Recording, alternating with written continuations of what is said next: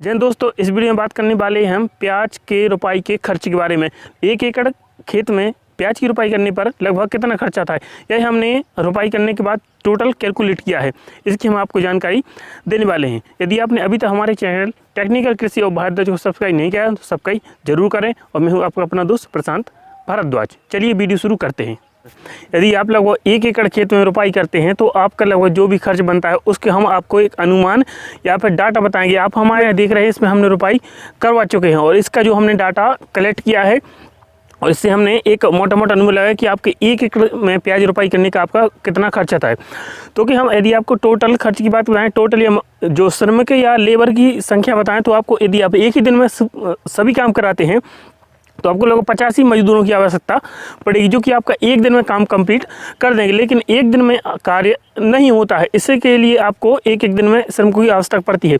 हमने प्याज के जो काम है उसको लगभग 5 भागों में बांट रखा है और उसमें हम कितने श्रमिकों की आवश्यकता पड़ेगी वो आपको हम बताने वाले हैं। प्याज के जो वर्क है उसको हमने 5 भागों में बांट रखा है, जिसमें आपका पहला है क्यारी तैयार करना, दूसरा है आपके लिए क्यारी में रेखाएँ या डोर निकालना, तीसरा काम है खेत में जो प्याज की नर्सरी खड़ी हुई है उस नर्सरी को खेत से निकालना, चौथा काम खेत में नर्सरी की रोपाई करना और 5वां सिंचाई करना।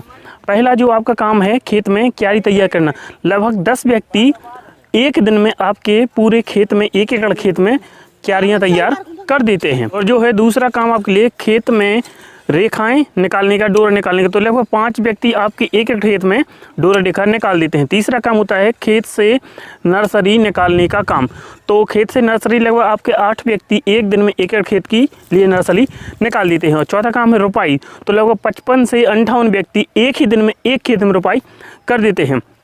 पांचवा कार्य है सिंचाई, तो 2 व्यक्ति आपके 1 एकड़ खेत में सिंचाई कर सकते हैं और इसका टोटल आपकी जो है 85 मजदूरी बन जाती हैं। और आपके यहाँ जो भी लेबर खर्च चल रहा है, लेबर का जो भी आप शुल्क देते हैं वह अपने अनुसार हो सकता है। यदि आप 100 रुपये प्रतिदिन देते हैं तो यह लगभग 8,500 रुपये के लगभग पड़ता है, और यदि आप 200 रुपये देते हैं तो यह 16,000 के समथिंग हो जाएगा।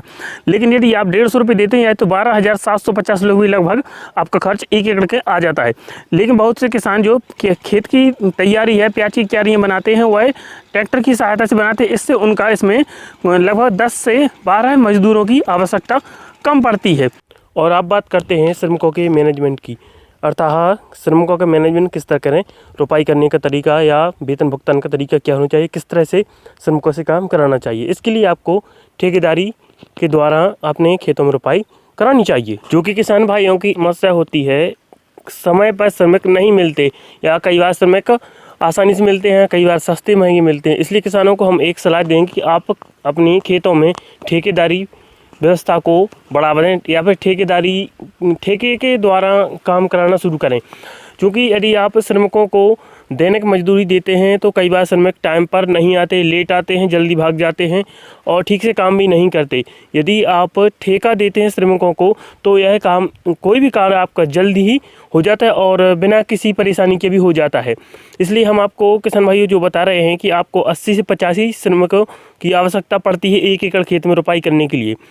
तो इस आधार पर आपके यहाँ जो भी मजदूरी चलती है या जो भी आप भुगतान करते हैं उसका एक कैलकुलेटर बना के आप प्रति एकड़ के हिसाब से मजदूरों को एक ठेका दे दीजिए। जैसे कि आप यदि 80 मजदूरी मानते हैं जो हमने कैलकुलेट किया है, और 80 लगभग मजदूरी बन भी जाती हैं। यदि आप क्यारियाँ ट्रैक्टर से बनाते हैं तब आपकी 10 मजदूरी कम हो जाती है, मजदूरों की आवश्यकता कम पड़ती है।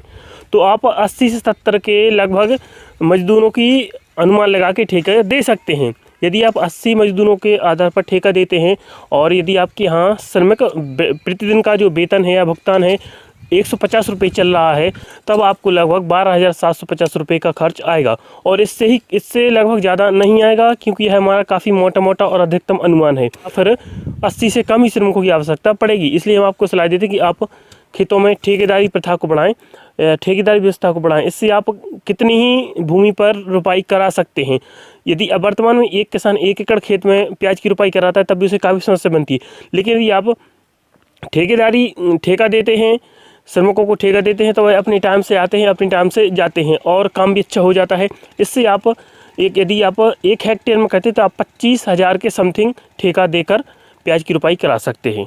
और यदि आप इसी तरह के और जानकारी चाहते हैं, यदि आपको कोई डाउट है तो आप कमेंट कर सकते हैं।